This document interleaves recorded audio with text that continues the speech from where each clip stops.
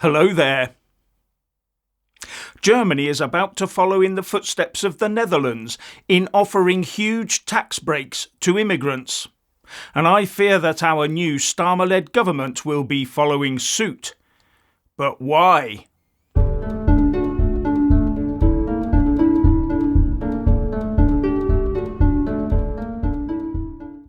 If this doesn't thoroughly damn European education and training systems, I don't know what it would take. Because according to DW.com, the German government wants to grant skilled foreign workers tax relief if they take up employment in Germany. And it looks like they could get 30% tax relief in year 1, 20% in year 2 and 10% in year 3. This from what is touted to be a highly skilled country that exports lots of high-end products. But they're only copying the Netherlands, where skilled migrants already receive hefty tax breaks on arrival. But within Germany, this new plot to bridge the skills gap has not been well received, says DW.com, with politicians and trade unionists opposing this policy, saying it's blatant discrimination against domestic workers, a danger to social peace, a policy that is openly hostile to everyone here, utter indifference towards the domestic workforce. And the German Greens say that it could break the German constitution on the basis of allowing one group of workers to earn more than others doing exactly the same job. So you can bet your bottom dollar that the thoroughly new woke UK Labour government led by Keir Starmer will be looking on this with a great deal of interest. Oh yes. And it is all being put down to the huge skills gap that we have in the Western world. And here was me reading that AI was storming the planet and stealing all the digital and creative jobs. Anyway, this organisation called the EU, hailed by some misguided folk as the only route to rebuilding the UK economy, has a massive skills shortage, despite their open borders and freedom of movement of workers across the whole EU bloc of 450 million people. And they have a skills gap to the extent they have to hand out visas and tax breaks like confetti across the planet just to keep their economies afloat. Over the whole working age range of 16 to 64, over 30% of EU citizens have a degree. And of those aged 25 to 34, about 43% have degrees. And that goes to over 60% in Luxembourg, Cyprus and Ireland.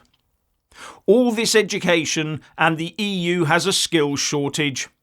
What are these people actually being taught?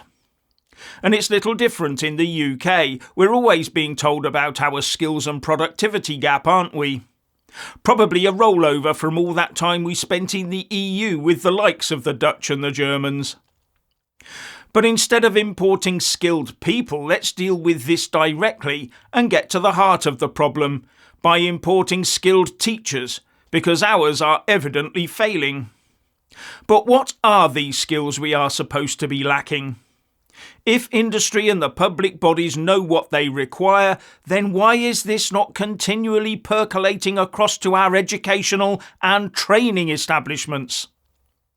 Well, the skills shortage appears to be a nebulous thing, except for doctors, nurses and something called digital skills, along the lines of AI and machine learning specialists, digital transformation specialists, project managers, robotics engineers and machine repairers, says a recent Edge Foundation report.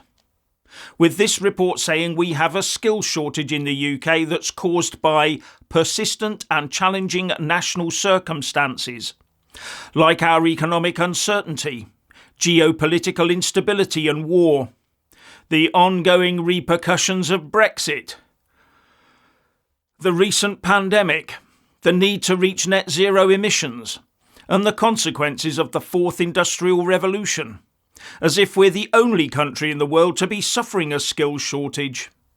The EU also has a lack of skilled people, Or people skilled in the right areas of employment, maybe. In fact, the whole EU has suffered as badly as we have, and the UK is arguably better placed to recover from these events. If only we had a government with the necessary vitamins to get on with it instead of doubling down on ensuring these circumstances worsen, like accelerating the shutdown of the North Sea oil and gas production and the last of our coal mining. And one of the issues that the Edge Foundation pointed to is the lack of investment in skills.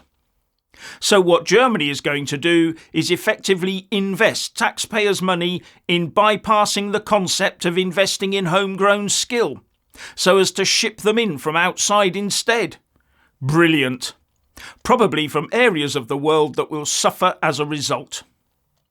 Now the EU Commission, yes, the EU Commission itself says, labour and skills shortages are on the rise in all EU member states. Nearly 2/3, 63% of small and medium-sized businesses said in a recent survey that they cannot find the talent they need. In addition, the Commission has identified 42 occupations which have shortages. Skills shortages are on the rise in the EU, eh? A so-called trade bloc that is far more interested in woke than making sure that its trade has all the skills it needs. And it's come up with an action plan all when it's all too late. My question is, what has business been doing? Why has it got to this stage before someone, the EU government and some member state governments, have to step in to try and sort it all out?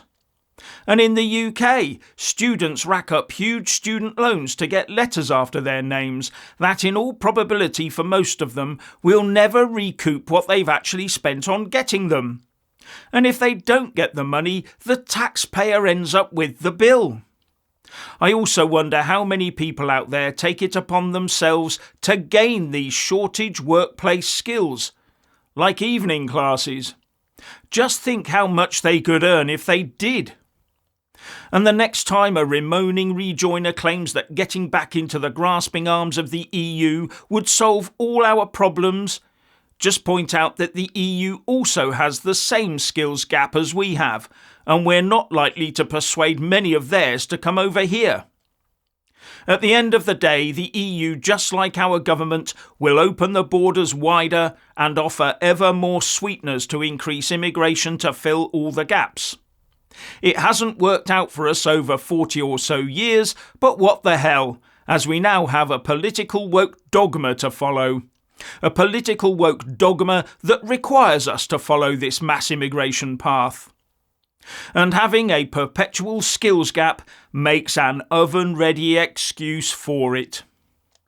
Now, when critics of the UK higher education system talk about Mickey Mouse degrees, the great and good loft their noses to the sky and do a lot of tut-tutting. But if we're spending huge chunks of taxpayers' money on teaching people stuff that has no commercial application, as directly proven by this skills gap, then what would you call many of those qualifications?